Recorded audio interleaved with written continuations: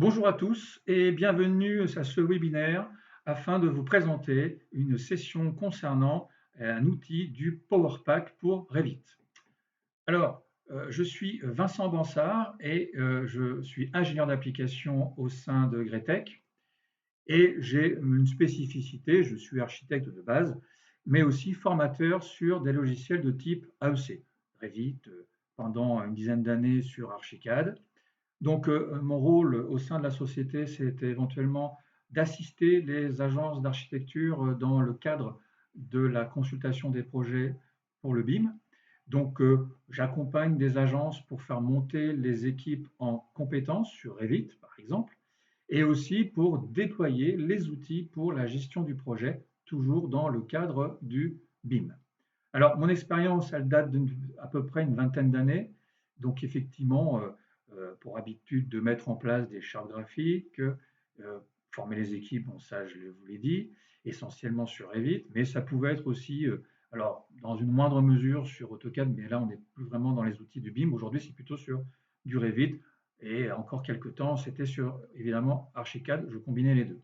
C'est aussi le développer des outils spécifiques dédiés à l'agence, donc par exemple des petites routines avec Dynamo, ce qui permet éventuellement, pourquoi pas, eh bien, de créer des outils pour relever les surfaces totales d'un appartement, par exemple quand on fait des projets de logement. Donc ça peut être effectivement très utile parce que dans Revit, on n'a pas d'outils spécifiquement à ça, à part peut-être l'outil espace, mais c'est plutôt réservé au bureau d'études, alors que pour les architectes, eh bien, l'outil pièce ou l'outil surface ne permet pas d'additionner la surface de chacune des pièces et d'afficher le résultat dans une étiquette que l'on peut ensuite, bien sûr, diffuser sur les vues en plan ou les vues en élévation, voire en coupe.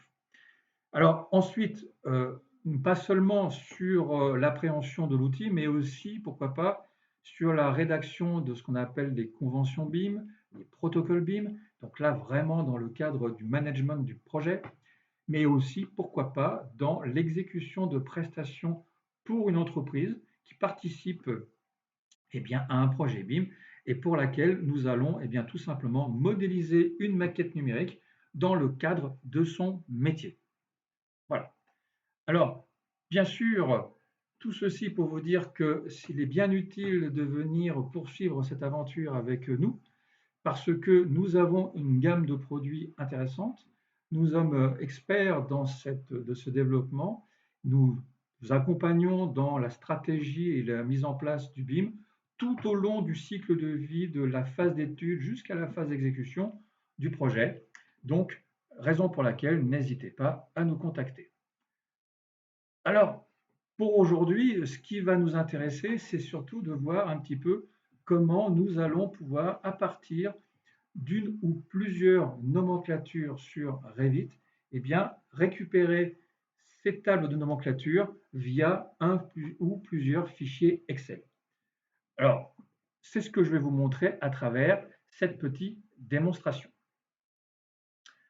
Alors, pour illustrer cette démonstration, je vous ouvrir un petit fichier qui contient beaucoup de nomenclature. C'est un projet d'ailleurs qui est en cours et dans lequel on va pouvoir et surtout vouloir exporter cette table de nomenclature ou plusieurs de ces tables de nomenclature vers un fichier Excel. Alors, la chose ici, c'est que vous vous souvenez que dans Revit, eh bien, on n'a pas d'outil vraiment spécifique pour faire une exportation vers un fichier Excel, si ce n'est éventuellement qu'on va pouvoir passer par le menu Fichier, ici, descendre jusqu'à la rubrique Exporter et pourquoi pas aller chercher ici, dans les rapports, eh bien, l'exportation des nomenclatures, en l'occurrence celle que vous avez actuellement sous les yeux, ici, nomenclature. Et puis donc voilà, moi je vous ai préparé pour gagner un peu de temps ici un fichier que je vais écraser d'ailleurs. Voilà, très bien. Pour vous afficher ici une petite boîte de dialogue qui vous permet en quelque sorte de paramétrer très rapidement ce que vous allez obtenir sur le fichier TXT obtenu. Alors de base, vous avez ici toutes les cases qui sont cochées, mais libre à vous de faire des tests en cochant ou décochant certaines cases pour voir un petit peu ce qui s'y passe. Bon, ici, je vais laisser toutes les cases cochées. Délimiteur de champ, ben, je vais laisser des espaces. Bon, là aussi, à travers les essais qu'on peut faire, eh bien, pourquoi pas, on verra ce qui convient le plus. Moi, ici, je vais aller au plus simple, si tant est que c'est le plus simple, et voir un petit peu ce qui se passe. Donc, on va faire OK. Et maintenant, eh bien, on va aller chercher, justement, via ce fichier Excel, voir un petit peu ce qui s'y passe. Alors, le fichier, tiens, ici. Lors de l'ouverture de ce fichier texte dans Excel, eh bien, vous avez éventuellement des petites préférences de paramétrage, comme ici. Vous pouvez, à gré, vouloir ici modifier certaines choses. Alors, dans un premier temps, c'est vrai qu'on ne sait pas trop ce qu'on va obtenir. Donc ici, il est peut-être plus sage de pas forcément, alors si, on peut toujours voir un petit peu ce qui s'y passe, hein, c'est pas de problème. Mais sinon, dire, ben non, moi déjà, je vais terminer le paramétrage et garder celui-ci par défaut et voir un petit peu ce que j'obtiens. Et ce que j'obtiens, c'est ça. Donc là, si je veux faire un petit peu de place dans mes colonnes, voilà l'exportation que j'obtiens depuis ma table de nomenclature Revit vers mon fichier TXT ouvert depuis Excel. Bon, effectivement, il y a quelques années, on n'avait pas autre chose que pour faire des récupérations, ce qui est très bien, mais c'est effectivement pas très clair, si ce n'est que derrière, on peut toujours utiliser les outils Excel pour faire de la mise en page un petit peu plus sexy, j'allais dire, un petit peu plus propre, mais bien sûr, ça demande un peu de travail supplémentaire. Et en l'occurrence, eh bien, le Power Pack de Greatech permet justement d'éviter toutes ces fastidieuses manipulations après exportation et pourquoi pas eh bien, d'avoir déjà un fichier Excel qui est globalement vachement plus sympa à regarder. Donc ici, je vais fermer Excel, je ne vais pas enregistrer le fichier, je vais revenir sur ma nomenclature de base que vous avez actuellement à l'écran et je vais tout de suite enclencher l'outil Lien vers Excel pour voir un petit peu comment je vais me débrouiller. Alors ici, eh bien, la première chose qu'on va vous demander par le truchement de cette boîte de dialogue, c'est de cliquer sur le bouton Ajouter un nouveau lien afin de créer eh bien, un lien entre l'importation et l'exportation. Parce que l'avantage ici avec cet applicatif, sous la forme d'un plugin, c'est que vous allez pouvoir exporter votre table Revit sur Excel et pourquoi pas ajuster le fichier Excel en y faisant quelques modifications à l'intérieur et récupérer ce fichier Excel en le rechargeant comme une importation dans Revit pour qu'il mette à jour les tables que vous avez sur Revit. Donc ici, eh bien, première chose qu'on vous demande, c'est bien sûr de tout simplement, pourquoi pas, donner un nom à votre lien, ici. Bon, il vous en donne un par défaut, c'est le nom du fichier que vous avez tout en haut. Donc là-dessus, il n'y a pas de souci.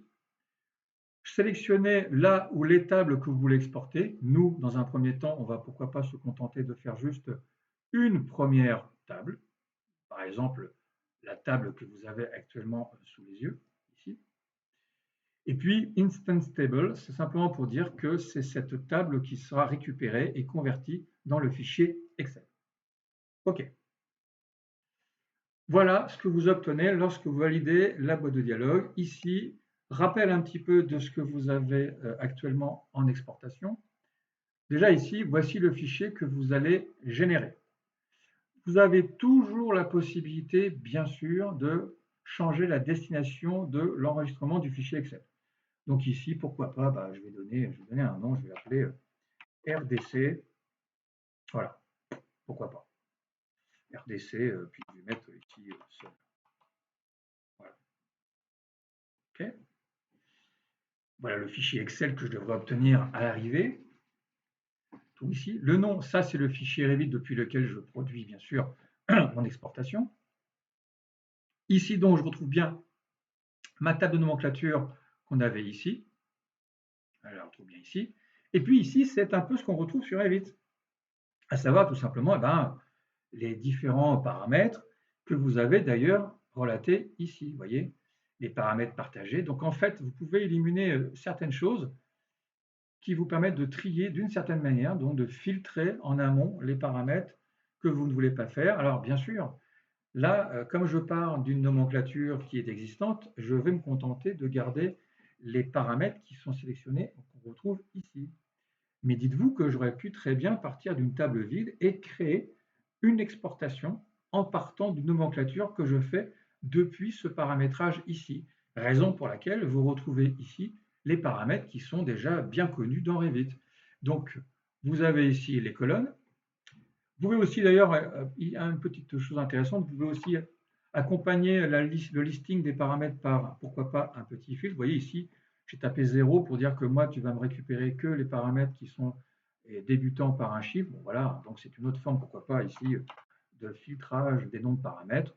Voilà. Par contre, si vous ne voulez pas un filtrage particulier, eh bien, vous ne saisissez rien dans le champ name, et du coup, il vous liste tous les paramètres disponibles. Du coup, ici, voici les paramètres que j'avais dans ma table de nomenclature de Revit, que je récupère à l'identique. Ici, bien sûr, je pourrais ajouter ou faire revenir en arrière des paramètres exactement à l'instar de ce qu'on fait sur Revit. Moi, ici, je vais me contenter d'exporter ma table en l'état. Donc, une fois qu'on a convenu que tout était correct, qu'on a bien renseigné le nom ici, eh bien, nous allons faire OK. Le petit bouton export qui est ici, pour l'instant, vous n'en avez pas besoin. Vous pouvez directement vous contenter de faire OK. Et du coup, ici, vous revenez sur votre boîte de dialogue initiale, dans laquelle, eh bien, on va, pourquoi pas, vérifier certaines choses. Alors, là, vous avez presque fini, sauf qu'éventuellement, ici, je vous invite à d'abord faire un export et non pas cliquer sur le lien. Il a généré le lien, mais pour que le lien soit valide, il faut déjà exporter ce lien. Cliquons sur le bouton export. Donc, c'est très rapide, hein. Il va vous faire un petit rapport en vous disant que normalement, l'exportation s'est déroulée avec succès. Et là maintenant, que j'ai bien le lien qui est en bleu indiquant qu'il a bien fait l'exportation, eh bien, je vais pouvoir cliquer sur le lien. Il va aller me chercher le fichier Excel tout seul, m'ouvrir ce fichier et me montrer ainsi ce que j'obtiens. Donc, vous voyez que si on devait comparer la première exportation que j'ai faite en fichier .txt et celle que j'obtiens avec ici l'outil du PowerPack, il n'y a quand même pas photo, c'est tout de même vachement plus propre, plus présentable, c'est un peu plus intéressant et agréable à regarder. Ça ne vous empêchera pas de faire des modifications de toute façon. Si vous souhaitez agrémenter davantage la présentation du fichier, la mise en page, il n'y aura aucun souci là-dessus, hein, bien sûr. Je vous invite d'ailleurs, pourquoi pas, à le faire. Voilà. Donc ici, nous avons créé une première exportation. Que se passe-t-il si je voulais en faire une deuxième? Eh bien, ici, je pourrais toujours ajouter un nouveau lien. Alors, par exemple, ici, supprimons le lien. On peut toujours supprimer un lien et regardons comment on peut s'y prendre pour exporter plusieurs tables de nomenclature depuis Revit. Alors ici, je vais créer un nouveau lien et dans la boîte de dialogue qui s'affiche comme la première fois, eh bien, je vais pourquoi pas cocher ici rez-de-chaussée et la table des pièces R+1. Voilà, donc je vais faire OK, tout simplement. Ici, il m'affiche du coup les deux éléments qui apparaissent ici. Voilà. Mais attention, ici, il va falloir paramétrer chacune des lignes par le nom d'un fichier différent. Parce que si vous ne le faites pas, eh bien, les fichiers vont s'écraser et du coup, vous n'obtiendrez qu'une seule table et pas les deux. Et généralement, la première de la liste. Donc ici, je vais lui dire que tout simplement, cette table des pièces R+1, eh bien, je vais lui dire que donner une nouvelle destination. Je vais l'appeler ici R+1. Voilà, ouais, table R+1, pourquoi pas. Je vais être un petit peu plus précis. Évidemment, hein, vous pouvez donner les noms que vous voulez. Hein. Bon, je ne vais pas perdre de temps là-dessus. Voilà. Très bien. Donc ici, je vais faire un export et je vais cocher la case R+1. Vous voyez maintenant, là, je me suis intéressé aux boutons qui sont en haut parce que je ne veux pas exporter de base avec le bouton OK, mais vraiment cibler bien, la table que je veux exporter et avoir uniquement la table des pièces du R+1. Et je fais OK. Voilà. Donc ici, il me met à jour le lien XML. Voilà, pourquoi pas. Alors là aussi, j'ai peut-être intérêt à venir le renseigner spécifiquement. Voilà, table R+1, je vais faire enregistrer. Voilà, donc il m'a fait la définition de table. Maintenant, je vais passer avec la table des pièces R+2, ici. Donc attention, hein, là, il va falloir que tu dises que c'est un autre fichier qui sera plutôt dédié à la table RDC. Voilà, j'enregistre. Pof. Ici, je vais exporter parce que je vais quand même spécifier que ce n'est pas le R+1 que je veux, mais c'est bien la table RDC. OK. Le lien ici, là, ça sera un lien éventuellement pour la table RDC. Voilà. Très bien.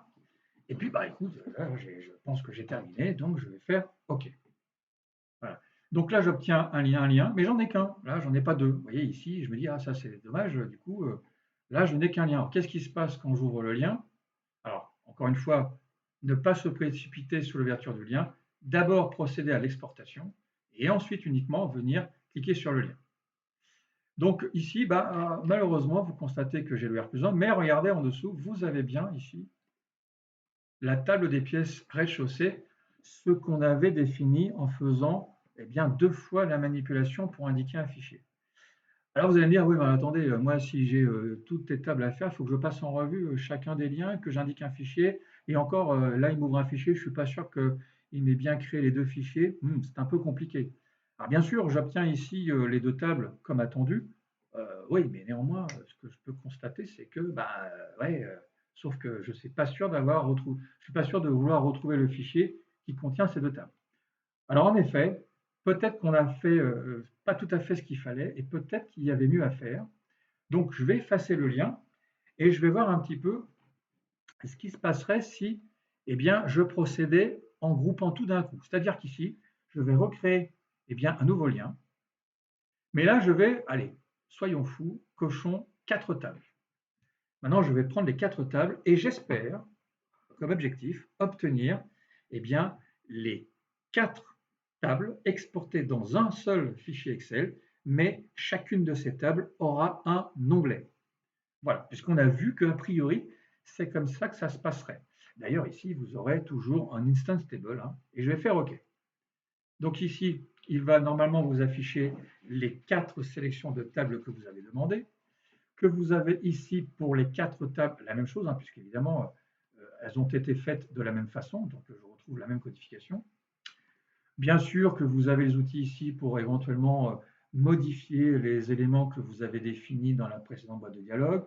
Là-dessus, je n'y reviendrai pas davantage. Moi, mon objectif, c'est quand même de voir un petit peu comment ça se passe.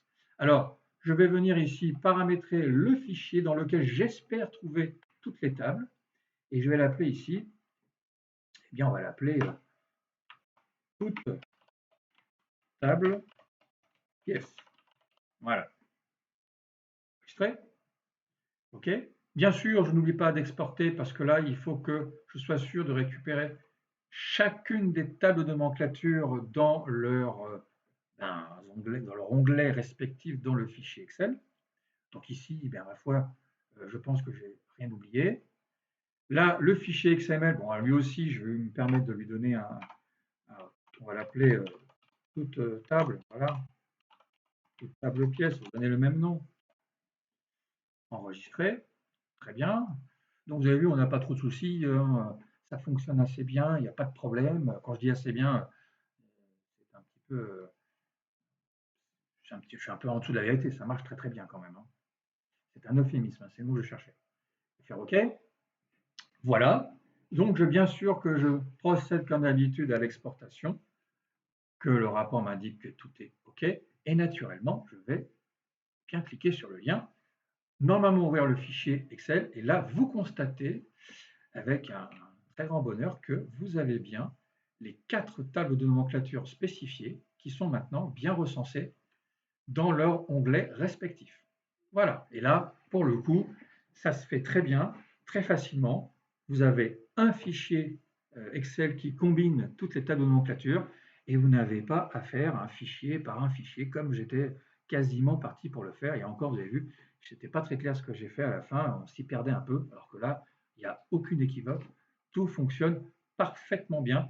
C'est la raison pour laquelle je vous invite à procéder de cette façon-là, bien sûr. Alors, je vais effacer ici. Je vais vous faire une dernière petite manipulation, celle qui consiste à réimporter. Là, on a vu les modes d'exportation. Voyons un petit peu comment il se passe quand on importe. Eh bien, ma foi, ici, je vais faire un nouveau lien. Alors, je vais me contenter de prendre la table des pièces du rez-de-chaussée, faire OK. Je vais exporter la table telle quelle. Je vais ici exporter ça. Bon, faire OK. Voilà, ici, j'aurais pu faire ça. Simplement, ici, je vais préciser. Bon, bah, je vais le laisser par défaut. Oui, je vais le remplacer. Voilà, donc je vais aller au plus vite, hein. Je vais faire OK. Je vais exporter, fermer. Je vais ouvrir le fichier. Donc tout ça, vous avez vu en temps réel, ça va très très vite à faire. Je vais ici modifier pourquoi pas une petite donnée qui est normalement modifiable, hein, évidemment, je ne peux pas modifier ceux qui sont en grisé, parce que ce n'est pas moi qui les provoque, c'est induit. Et ici, bah, je vais simplement, pourquoi pas, dire que oui, salle de bain, moi je veux écrire salle de bain en entier, comme ça. Donc ici, voilà, je vais faire quelques modifications. Je ne vais pas tout faire, hein. Voilà, je vais m'arrêter là. Je vais bien sûr, alors vérifiant le fichier, je vais ici enregistrer le fichier. Donc c'est le fichier RVT nomenclature Vincent.xlxx que je vais fermer. Et là, je vais demander à faire une importation. Voilà, donc automatiquement, il vous a récupéré le fichier, donc vous n'avez pas besoin de spécifier le fichier. Encore heureux, c'est-à-dire que vous avez demandé à faire une importation, il a automatiquement indiqué dans son programme qu'il y avait la possibilité d'avoir une bilatéralité. Il vous indique ici les éléments qui ont été modifiés.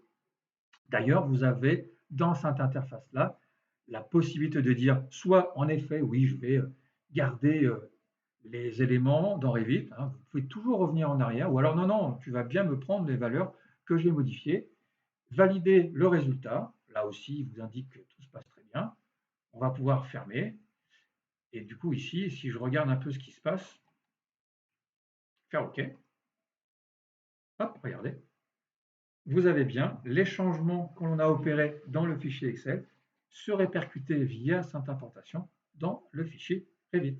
Voilà.